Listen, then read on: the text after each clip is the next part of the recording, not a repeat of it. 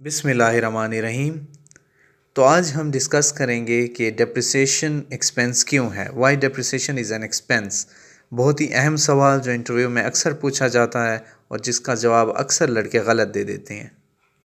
जैसा कि हम जानते हैं कि डेप्रिसिएशन हर कैपिटल एसेट के लिए रिकॉर्ड होती है और ये है क्या, ये बेसिकली कन्वर्जन है हर एसेट की कास्ट की एक्सपेंस में over the useful life of that asset. एक एग्जांपल से इसको क्लैरिफाई करते हैं।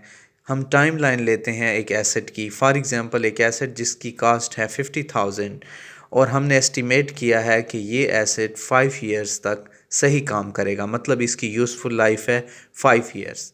आफ्टर 5 ईयर्स इसकी जो साल्वेज वैल्यू है, यानी कि जब हम इसको बेचेंगे मार्केट में तब 5 साल बाद इस्तेमाल करने के बाद तब इसकी वैल्यू होगी 5,000। तो अब इसकी डेप्रिसिएशन कैसे निकालेंगे एनुअली?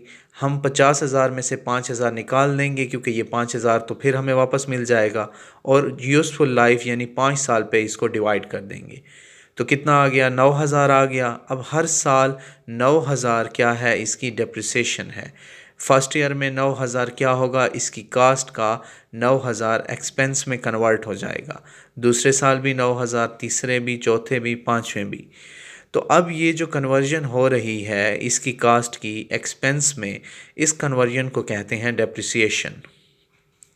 अब ये जो हम रिकॉर्ड करते हैं डेप्रिसिएशन, ये हम किसी एक्सटर्नल पार्टी को पेमेंट नहीं करते बल्कि रिकॉर्ड करके ख़ुद ही अपने पास रख लेते हैं।